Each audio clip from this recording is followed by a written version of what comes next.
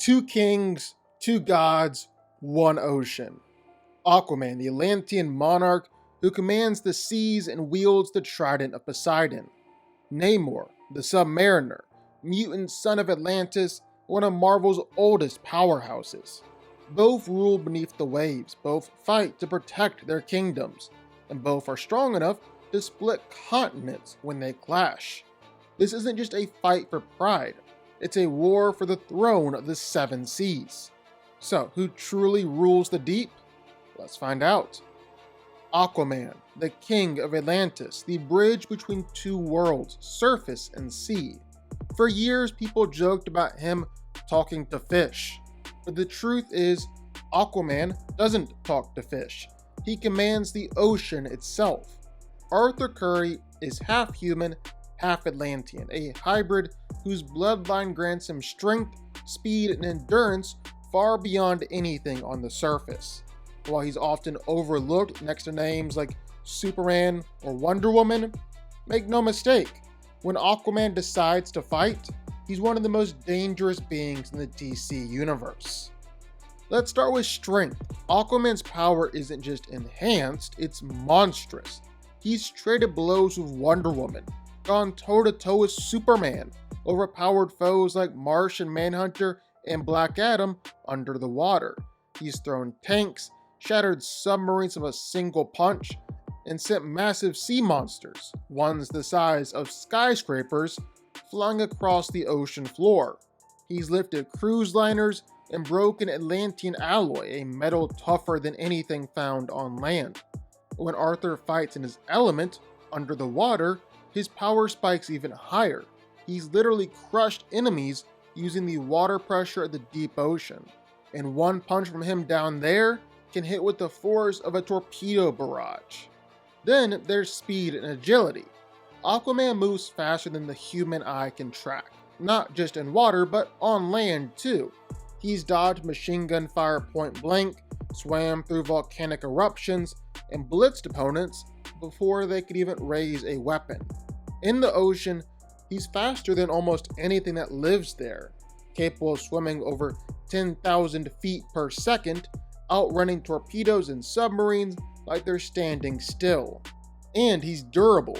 Arthur's body can withstand the pressure of the Mariana Trench, that's over 16,000 pounds per square inch. He's shrugged off point-blank explosions, heat vision, magical attacks, and strikes from beings who can shatter mountains. He survived blades that can pierce Kryptonian skin, tanked lightning bolts, and walked away from orbital re-entry through the atmosphere. But the real danger of Aquaman isn't just his strength, it's his dominion. He rules 70% of the planet. Every ocean, every current, every creature beneath the surface listens to him. Through telepathic command, he can control and communicate with every form of marine life on Earth, from tiny plankton to colossal beasts like the Trench or the monstrous Karathin. That telepathy isn't just animal control, it's psionic communication, powerful enough to stagger minds on a planetary scale. He's used it to shut down opponents mentally, overwhelm psychic barriers, and influence creatures across continents. Then there's his weapon, the Trident of Poseidon, a divine relic forged by the gods of Olympus, capable of channeling elemental forces. With it, Aquaman can summon tsunamis, manipulate lightning, control magical currents, and even pierce through magical barriers that stop Superman cold.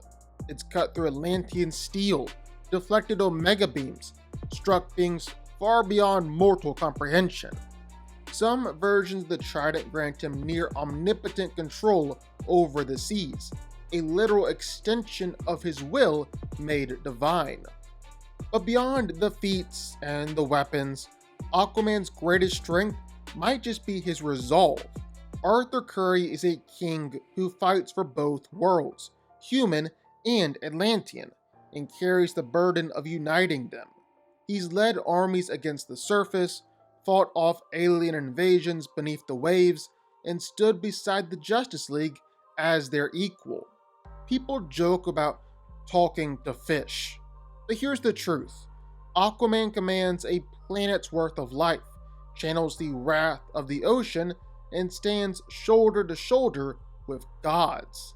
He's not just the king of Atlantis, he's the king of Earth's last greatest frontier. When he rises from the depths, even gods listen. Namor the Submariner, the first mutant, the avenging sun, the king of the seven seas. Before Aquaman ever ruled Atlantis, Namor Mackenzie was already carving his legend beneath the waves. And unlike most kings, Namor doesn't just defend his kingdom, he wages war for it. Born of two worlds, human father, Atlantean mother, Namor was never meant to belong to either. He inherited the might of Atlantis and the defiance of mankind, becoming something far greater than both. The first superhuman marvel ever created, one of the most dangerous to ever exist. Let's talk about power. Namor isn't enhanced. He's built for domination. He's ripped apart tanks, smashed through reinforced steel, and battled the Hulk to a standstill more than once. He's knocked out the Thing, traded blows of Hercules, and overpowered Iron Man in full armor. When he's hydrated and fighting in water, his power skyrockets. He's tossed submarines like toys, shattered undersea mountains, and even staggered Thor himself with a single punch. At his peak, Namor is a walking natural disaster. Every strike carries the weight of the ocean behind it. And he's fast. Namor's one of the fastest beings in the sea, swimming at speeds exceeding 300 miles an hour casually. He's even faster in combat. He's blitzed aircraft mid-flight, intercepted missiles, and flown fast enough to outpace fighter jets, thanks to the small wings on his ankles, a mutation that lets him take to the skies. Underwater, his reflexes are even sharper. He can dodge laser fire, close distances instantly, and keep pace with speedsters like the Silver Surfer underwater. And that's saying something. Then there's durability. Namor is ridiculously hard to kill. He's tanked hits from the Hulk, explosions from Iron Man's repulsors, and energy blasts from gods and cosmic beings. He's shrugged off heat that could melt steel, endured pressure miles beneath the surface, and survived falls from orbit. He's been stabbed, burned, electrocuted, frozen, and thrown into volcanoes. Keeps coming back. The only thing that truly weakens him? Dehydration.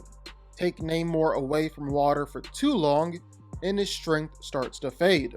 But give him even a second's contact with the ocean, and he's right back at full power.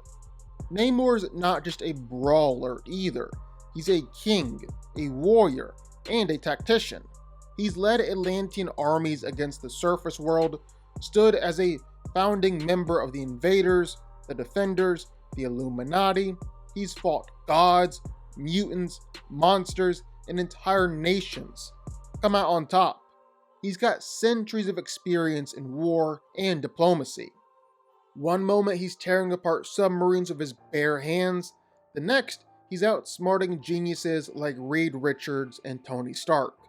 Namor isn't just powerful, he's strategic, ruthless, and utterly fearless. And don't forget, he's got some unique tricks. Namor's hybrid physiology lets him survive extreme pressure, regenerate from massive wounds, and even channel electricity through the water itself. His connection to the sea isn't psychic like Aquaman's, it's physical. The deeper he goes, the stronger he becomes. His body adapts to pressure and energy levels that would obliterate any normal being. While he doesn't command sea life the way Aquaman does, marine creatures naturally follow him, drawn to the power and fury he radiates. But Namor's true weapon? His rage. He's called the Avenging Sun for a reason. When provoked, he fights with the fury of an entire kingdom behind him. He's taken on the Avengers, wiped out Wakandan forces single-handedly, and once fought the entire Fantastic Four at once. He's proud, arrogant, and unrelenting, but he's also a hero when the world needs one most. Namor isn't just the ruler of Atlantis. He's the first superhero of Marvel's entire mythos, the ocean's original God King.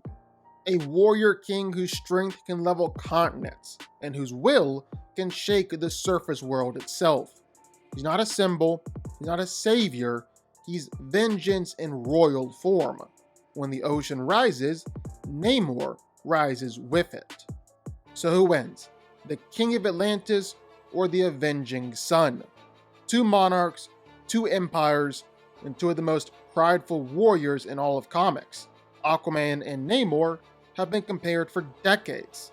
But today we're breaking down exactly who truly rules the ocean. Namor's power has always been tied to his strength, his will, and the water itself. He's gone blow for blow with some of Marvel's heaviest hitters. The Hulk, the Thing, Sentry, and even Thanos. He's fought entire armies of Thors during War of the Realms. And not only did he survive, but he drew blood from Thanos himself. That's ridiculous. Namor's tanked explosions, lightning from Thor's hammer, and hits from Captain Marvel. Underwater though, he's at his absolute peak, striking with enough force to destroy battleships and create tidal waves that swallow cities.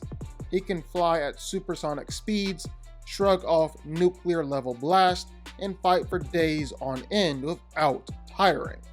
And Namor's not just a brawler, he's a seasoned general, a ruthless tactician, and a ruler who's waged wars on the surface world, Wakanda, and even the Avengers. When it comes to power, Namor's always been a threat on the planetary level, one of Marvel's toughest kings. But the ocean has two rulers, and the other one just got upgraded. Arthur Curry.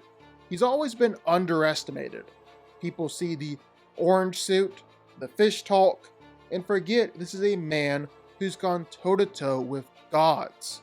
But in modern continuity, Aquaman is on a completely different level, because now he's become the avatar of the blue.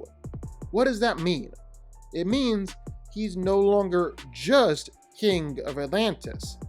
He's the living embodiment of every ocean across the multiverse. Every tide, every storm, every drop of water that's ever existed, it flows through him. This power-up completely changed the game. Through the blue, Arthur gained divine-level hydrokinesis. He can control any liquid that contains water. That includes mud, and even blood. He's used it to launch tidal waves made of blood, blast enemies with liquid energy, and even pull his own blood back into his body.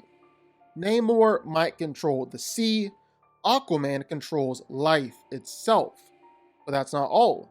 He's gained cryokinesis, letting him freeze oceans and forge weapons of ice instantly. Electrokinesis, to summon lightning made of pure oceanic energy, and cosmic awareness, a sense that lets him feel anything that happens across any body of water in the multiverse.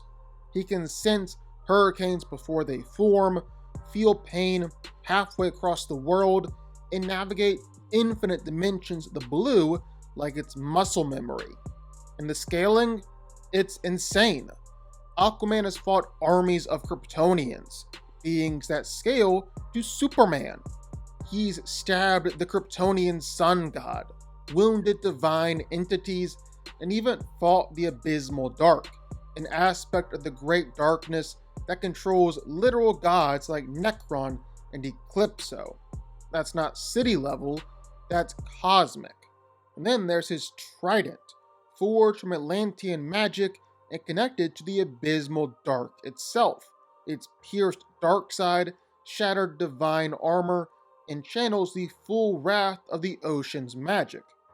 Namor's trident is fancy, Aquaman's trident is biblical.